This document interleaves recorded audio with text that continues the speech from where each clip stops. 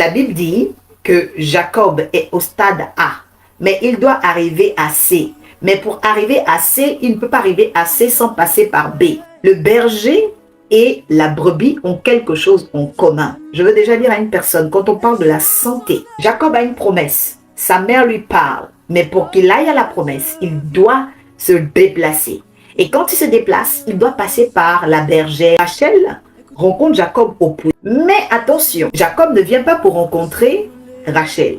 Jacob vient pour aller chez Laban. La guidance de sa mère lui dit, tu iras chez mon frère Laban. Reste-y jusqu'à ce que ton frère Ésaü passe sa saison de haine. Jacob est censé, aller dans cette station obligatoire. Et quand il va dans la station obligatoire, il croise Rachel qui est une bergère. Quand on parle d'un berger, un berger c'est quelqu'un qui te donne accès à. Une bergère est quelqu'un qui te donne accès à une connaissance, qui te donne accès à une lumière, qui te donne accès. C'est une entrée quelque part. Parce que sans la rencontre de Rachel, arriver chez Laban devait être très très compliqué. Et même la manière dont Laban devait côtoyer Jacob devait être remplie de suspicion, parce qu'à l'époque il n'y avait pas les téléphones portables pour dire Rebecca, est-ce que c'est vraiment mon neveu et tout. Donc on n'avait que la parole et les signes qui accompagnaient la parole, parce qu'en réalité la parole a fondé le monde. Donc la parole ne peut pas être donnée à tout le monde, parce que parler ce n'est pas s'exprimer. Parler c'est révéler son bagage, parler c'est révéler ses origines, parler c'est révéler ce qu'on a reçu. Et souvent parce qu'on est insensé et qu'on sait qu'on est insensé, lorsqu'on se tait, on passe pour sage. C'est-à-dire que on passe pour quelqu'un, justement, qui est en réserve par rapport à sa capacité à encore apprendre. Qu'il y a une grande importance au travers de la parole et des signes qui accompagnaient la parole. Mais Jacob est chez son oncle. Et l'oncle va dire ceci. Il dit, tu es réellement os de mes os, chair de ma chair. Quand on parle de l'ossature, on parle de la formation, Donc, le fait de passer par la bergerie, vous prépare à une formation. Après, on a la garniture ou encore, le remplissage. Donc, la Bible dit que cette chair-là, venait pour refléter le fait que réellement, l'enfant qui était là était le neveu de son oncle Laban. Parce que Laban a le pouvoir et l'autorité sur les descendants de sa sœur. Donc, il connaît un peu les traits de famille, il connaît un peu les traits de caractère, le référentiel. Donc, il le reconnaît, Et donc, Laban est celui qui a la face, de Dieu dans cette histoire que tu traverses. Parce que la bergère, le pasteur, l'évangéliste, le prophète, le docteur, c'est la bergère, c'est Rachel. Mais tu as besoin de Rachel, qui est aussi l'église, pour arriver à Laban. Parce que dans Rachel, il y a le sacrifice. Dans Rachel, il y a une dimension importante. Dans Rachel, il y a le sacrifice. Quelqu'un dit, la base de ma vie doit être l'amour. Il faut aimer.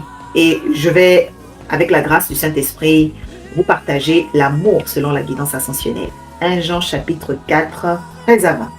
Nous connaissons que nous demeurons en lui et qu'il demeure en nous, en ce qu'il nous a donné son esprit. Et nous avons vu et attestons que le Père a envoyé le Fils comme sauveur du monde. Celui qui confessera Jésus est le Fils de Dieu, est Dieu, demeure en lui et lui en Dieu. Et nous avons connu l'amour que Dieu a pour nous et nous y avons cru. Dieu est amour. Et celui qui demeure dans l'amour demeure en Dieu et Dieu demeure en lui. Tel il est, tel nous sommes aussi dans ce monde. Et c'est en cela, que l'amour est parfait en nous, afin que nous ayons l'assurance au jour du jugement. La crainte n'est pas dans l'amour, mais l'amour parfait bannit la crainte. La crainte suppose un châtiment, et celui qui craint n'est pas parfait en amour. Pour nous, nous l'aimons parce qu'il a aimé le premier. Il nous a aimé le premier. Si quelqu'un dit « j'aime Dieu » et qu'il haïsse son frère, c'est un menteur. Car celui qui n'aime pas son frère qu'il voit, comment peut-il aimer Dieu qu'il ne voit pas? Bénédiction. Petit enfant, n'aimons pas en parole et avec la langue, mais en action et avec vérité. La Bible dit, aime ton prochain comme toi-même. Est-ce que tu t'aimes assez? Parce que la vraie perfection en amour commence quand on s'aime. D'abord, il faut t'aimer. Tu ne dois pas t'aimer seulement en langue. Tu ne dois pas t'aimer seulement en pensée, par les paroles. En disant oui, je m'aime. Non. Tu dois t'aimer en action et en vérité. Parce que vous devez savoir que l'amour est toujours éprouvé par quelqu'un qu'on appelle le temps. Quelqu'un dit, l'épreuve du temps justifie l'amour. C'est l'épreuve du temps qui justifie l'amour. C'est pourquoi quelqu'un qui s'aime ne peut pas souffrir du temps. Parce que les gens dépressifs, par exemple les gens qui sont dépressifs, qui sont mal, c'est d'abord des personnes en fait dont le temps use des représailles. C'est-à-dire qu'en elles n'ont pas encore migré, ascensionné, jusqu'à la pensée du salut et de la vie éternelle en Christ Jésus. Et donc elles sont encore, à un niveau de stagnation, à un niveau qu'on appelle grégaire, où il n'y a pas encore de nouvelle naissance. Et ce genre de personnes, vous allez voir qu'elles vont être attaquées d'anorexie spirituelle parce que les vitamines te permettent d'avoir un bon emploi dans le monde spirituel, avoir la force. Parce que le monde spirituel est une question de force. Voilà. Et la parole, c'est la vitamine. Les songes, les révélations, c'est des vitamines. La prière, ce sont des vitamines. Les prophéties sont des vitamines. Les oins de Dieu par l'onction donnent la vitamine. Les enseignements donnent les vitamines. Parce que Jésus a dit aux apôtres, l'enseignement que vous avez reçu vous a rendu pur. Donc, on est purifié. Quand on dit que les lépreux sont purs, on est purifié par l'enseignement. Vraiment, quand quelqu'un a enseigné, ça purifie l'être de la personne. Et les gens qui ne sont pas enseignés, vous le savez tout de suite qu'il y a un problème. L'os et la chair a été le moyen par lequel Laban a reconnu celui qui est rentré au travers de Rachel. Donc, quand tu commences, tu démarres quelque chose, il te faut connaître ce que tu viens faire. Donc, un bon croyant, c'est celui qui connaît, l'objectif à atteindre, la formation et le remplissage. On ne vient pas à l'église seulement comme ça. On ne vient pas adorer seulement comme ça. On ne cherche pas Dieu seulement comme ça. Il faut la formation et le remplissage. C'est pourquoi il a fait les uns apôtres, prophètes, bergers, docteurs, ceci, cela, les 5 ministères, en vue du perfectionnement des saints. Donc si c'était simplement que les saints pouvaient vivre comme ça, on n'aurait pas fait les ministères. Pourquoi? Parce que Dieu sait qu'il a besoin, dans la fin des temps, de ceux qui vont apporter le perfectionnement par la formation et le remplissage. Quelqu'un doit être formé et rempli. Donc c'est la capacité d'être formé et forgé.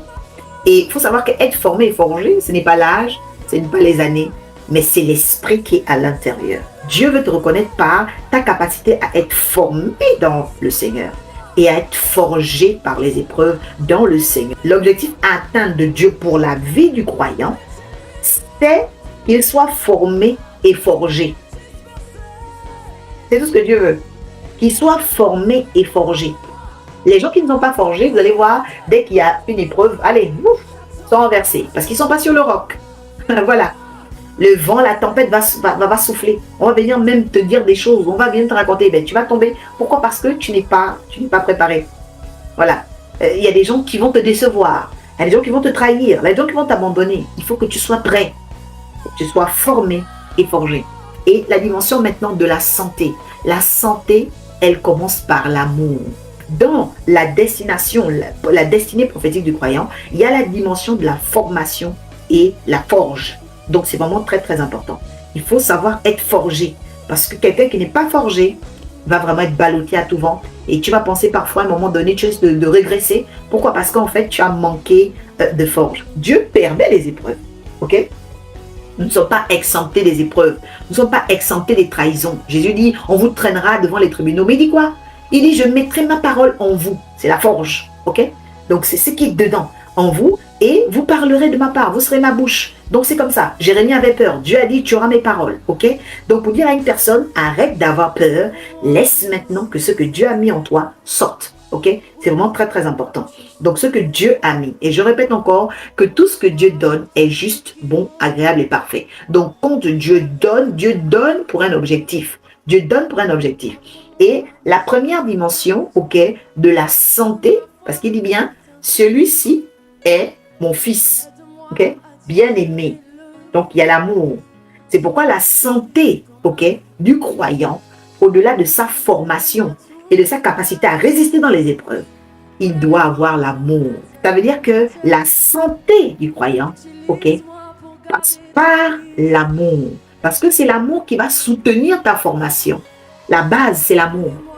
C'est pourquoi la base du mariage, c'est l'amour. Non, c'est pas les rapports sexuels, c'est pas faire les enfants, non. C'est l'amour. L'amour, le mariage. La base du croyant, ça doit être l'amour. La base de ton appel, ça doit être l'amour. La base de ton entreprise, ce que tu veux faire comme activité, ça doit être l'amour. Lorsque tu vas rencontrer des gens, ça doit être l'amour. Même lorsque tu fais un reproche à ton frère ou tu reproches quelque chose à ta sœur, il faut qu'il y ait l'amour en bas. C'est vraiment très important. C'est en ce sens que vous allez remarquer que les gens qui n'ont pas d'amour, en fait, sont des fuyards ou encore des personnes qui vont répéter les échecs, malheureusement. Malheureusement. Parce qu'en fait, l'amour est une vitamine qui est très rédhibitoire quand elle n'existe pas dans la formation du croyant. Il faut l'amour à la base de tout. Même dans tes rêves les plus forts, même dans tout ce que Dieu va te donner de plus grand, si tu n'as pas d'amour, tu n'es rien. Nous allons prier en disant ceci. Père, nous te recommandons maintenant les nations. La Bible déclare que chacun de nous doit prier pour la nation où il vit, car son bien en dépend dans le livre de Jérémie, chapitre 29. Nous prions maintenant au nom de Dieu le Père, par le Fils Jésus et son sang qui a coulé, que le triomphe de l'amour nous donne la formation dans ce temps de la fin. Le triomphe de l'amour nous donne la forge dont nous avons besoin pour, Seigneur éternel, l'Afrique, l'Europe, l'Amérique, l'Australie, l'Océanie, les Outre-mer et tout lieu, tout état, Seigneur, où fonctionnent des individus, des hommes.